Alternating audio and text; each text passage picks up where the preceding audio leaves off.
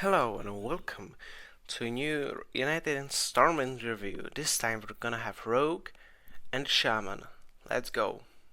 SI7 Extortion is a card that is gonna get used in Quest Rogue. And it's a decent card. It has a tradable keyword, which means you can trade it away. And yeah, a decent card, nothing more, nothing less. 3 stars. Garrote is a card that is essentially delayed damage to the enemy hero for 2 mana, but it's very delayed. And I think where are you going to use this? Maybe in Face Rogue, but Face Rogue just doesn't draw enough, and Face Rogue will not work.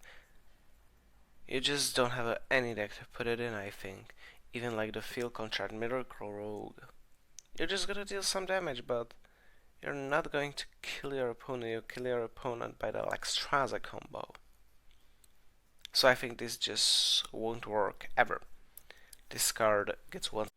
Lone Shark is a card with incredible flavor. And I really like it. It basically gives you 1 mana advantage, but your opponent has a 1 mana advantage at first. They can develop missiles, they can silence it again, and you basically just get it's a 3 mana free for give your opponent a coin. But that will rarely ever happen, I think. Just because silence is going to be mainly in a priest and developing missiles is only mage and shaman, so that means a third of the classes, but you have a neutral silence. But I don't think with rogues they have so many other things that are silenceable. And I don't think just 2 coins, basically 1 coin advantage, will be enough for people to silence. This card gets SI7 Operative is a card that is fighting with SI7 Agent and loses, in my opinion. The stealth effect is almost absolutely nothing. This is my opinion, by the way, and it's just a mech card.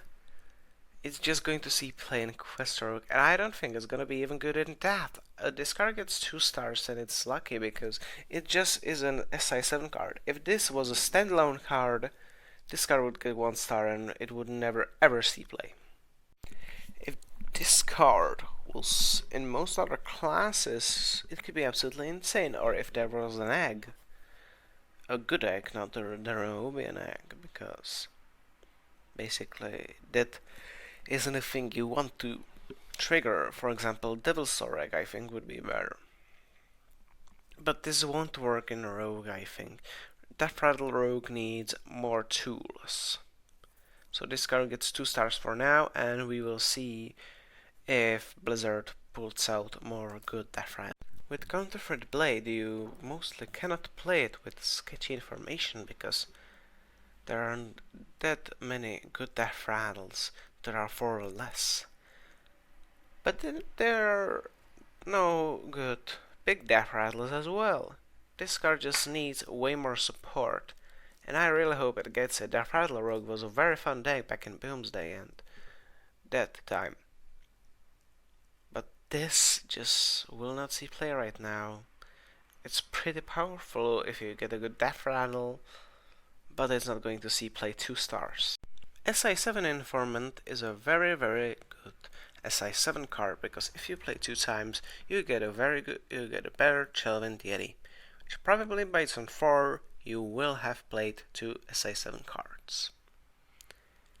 And that means that this card is very powerful in Quest Rogue.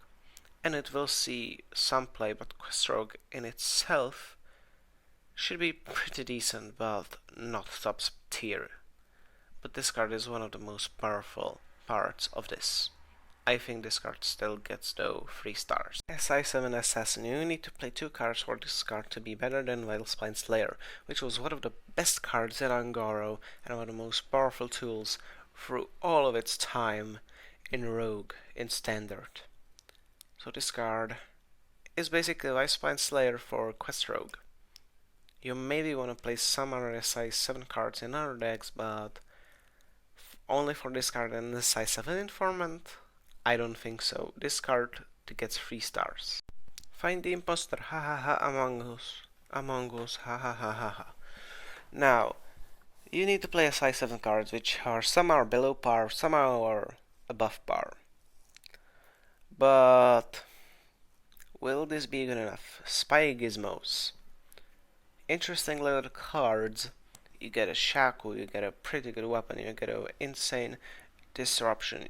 You get 2 insane disruptions actually, and you get a decent hand buff. Not hand buff, decent buff. But we have forgotten about one thing. Rogue can bring back a lot of minions, and you can basically get a minimum of 4 Spymaster Scabs, which already is an insane amount of value, but you get also value from Undercover Mole. You can disrupt your opponent's head with Spyomatic. You can just have weapons for days. You can throw the weapons constantly because you're gonna play multiple hidden gyro blades. You can buff a minion and give it stun noggin for your generator, and you can basically get an insane sap for half the cost and a Fiddlefish Distractor. Will this be enough to basically, for the fact that you're playing average cards? Probably, but it won't be the best deck. This card gets 3 stars. Master of the Masquerade is one of my favorite cards of this expansion, because it's just different, and I think this is definitely something custom Hearthstone would create. But it's in actual Hearthstone now, and this is going to be interesting with the mulligans. But it's still a Bloodfen Raptor without the Beast tag. You can sometimes get basically disruption from the decks. For example, if you get Priest, most people will change it if you don't have Dark Bishop Benedictus. But most of the time it will just be the same, because most of decks are tempo or aggro decks, and the Rogue will be a tempo and aggro class. This card sadly gets 2 stars, but it will see a lot of play for the memes. Investment Opportunity is a decent card that will see some play, but it's in competition with the Quest, because you get to play 1 mana. And I don't think there are many 1 mana cards that you want to play with them, so you're basically throwing away a turn 2, and when you're throwing away 2 turns in a row, this can spiral out of the control, so I don't think this card will see much play. This card is a very, very, very good finisher. Yeah, and it unlocks overloaded mana crystals. That's about it. It's tradable, so if you have no overloaded mana crystals, you can just throw it away for 1 mana and draw a card. This is a very decent card that will see play in Quest Shaman and maybe some aggro overload Shaman or some variation of that. This card gets 3 stars. Now, would you play a 2 mana discount your Battlecry minions in hand by 2? The answer? Probably. What if you get a 2/2 weapon with it? It's an insane deal. You can also make it with combos that you can do with Legendary, and this card will be an absolute staple in Battlecry Shaman and Wild. It will be one of the most insane cards. You can discount your Shutterbox, you can Shutterbox on 7, you can Doppelgangster on 4 easily, you can Serenade on 4. This card is just incredible, but it's mainly for Wild. I think in Standard it needs more support, more good Battlecry minions, because all the lackeys rotated it out. So this card gets Charge Call.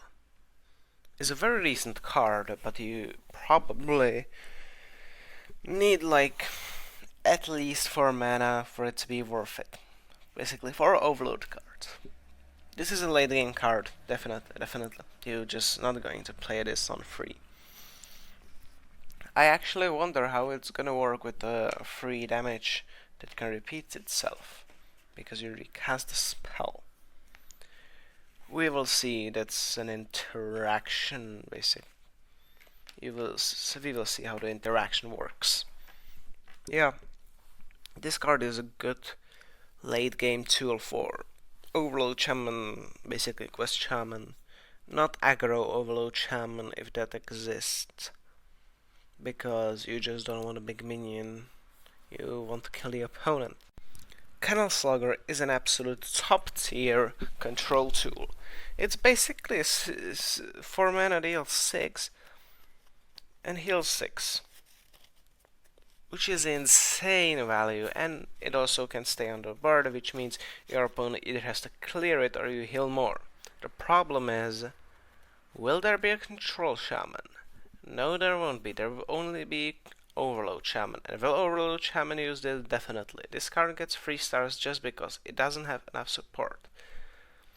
Because Quest Shaman doesn't really want to heal that much because it's going to control the board with overload stuff. But this card would be insane in a control deck. And I think it could slot into Shadowrock Shaman in Wild just because it's such a great healing tool.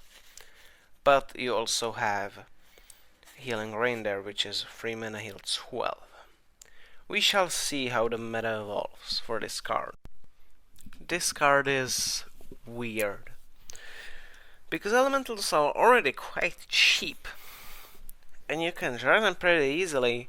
Why would you want to discount them even more?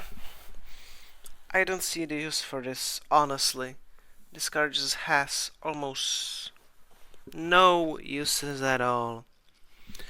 This card will not see play in Aggro Shaman, or Aggro Elemental Shaman, or Elemental Shaman for that matter, because they want to play one good thing with Battle Cry, then another, then turn your minion into a frog, then deal 4 damage to you, then deal 6 damage, and then basically kill you.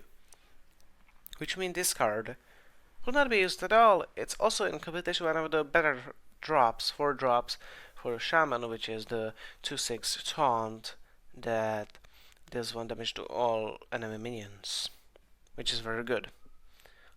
This card just has no practical use, so this card gets 2 stars. And this card is a classic snowball card that you have to kill. The problem is, in 4 mana you can get rid of a 2 attack minion pretty easily, and of 5 health really easily. But there is the added caveat that if your opponent plays, for example, Lightning Bloom into another Overload card, you get to deal with 2/2/3s as well, and you get enough value from the Spirit Alpha that you don't mind if they kill it. And if they don't, you can just get more stuff. So this card will be stable in Quest Shaman, and probably even Aggro Overlord Shaman, just because of the sheer amount of value you can get. And also phase damage, because if you get taunt, you can save your minions that have more attack. And also you can attack with the Spirit. Tiny Toys is a card that I think is basically a 6 mana 8/8 with spread across 4 bodies, which is very good. Most 5 mana minions have positive or no effect. I don't think there are any that have a negative effect. But we have to account for one synergy, and that is Evolve. You play a weapon on turn 5, the box by Knuckles, and then you play Tiny Toys on turn 6, and on turn 6 you have 4 6-drops for 6 mana, respectively 11, but then you have a 1 evolve weapon as well, which you can then evolve them to 7 drops, and you basically win the game. This card will be used in most decks except really aggro decks, I think. Overload Shaman probably will use this. I think this card is quite powerful, but aggro decks have no use for 6 mana cards that don't instantly kill your opponent, which means now we go on to the Shaman questline. Command the elements. It's basically you play an Overload Shaman and then you get more burn. Because I think the Shaman's effect will be most used with burn spells like lightning, but like the portal, not with things like tiny toys or I don't know. If we had Call of the Storm still, we could for 10 mana get like insane amount of stats. You can get 30-32 for 10 mana, which is a lot, but you also get overloaded for 6, which you can then unlock. So this will be useful, but I don't think useful enough to be the top tier deck. Top tier deck will be Aggro Elemental Shaman or Elemental Shaman. So this card gets 3 stars. This card has so much OTK potential and also swing potential, which should be like game winning, which is insane. You can technically have a combo where you deal a lot of damage. You can basically deal 20 damage with the Ashurash and a Corrupted Circus Medic. Then you basically have 20 phase damage. Plus, if you play multiple, you'll have a full hand of Circus Medics, which deal 4 damage. That's basically almost an OTK. And with also Shadowbox Shaman in Wild, you can basically play double Shadowwalk all the time, which is even more insane, and it's going to lead to some very funny combos, I think. I really like this card. This is also one of my favorite cards just because it's an area where you really do not know what is going to happen. Like, if you play first Yasharash, then you have infinite corrupt cards that have battle cries. And so on and so on. I think this is really, really good in almost all situations. Aggro Elemental Shaman will probably not use this just because it's not aggro enough. Because you have a Gyroworm, but you need to activate it first. That means that Bolnar does not activate this. Or it doesn't activate most of the elemental battle cries. Probably add an elemental to her hand, but that's been worsened thanks to the addition of some elementals. And draw a weapon, but you only run 2 to 4 weapons. I think you probably run 2 in most decks, and that's it. There's just not enough useful battle cries in aggro elemental. This has been the United and Stormwind review of Rogue and Shaman. Next up are the last 2 classes, Warrior and Warlock. Then we move on to the neutral cards. I will see you guys next time. Bye bye.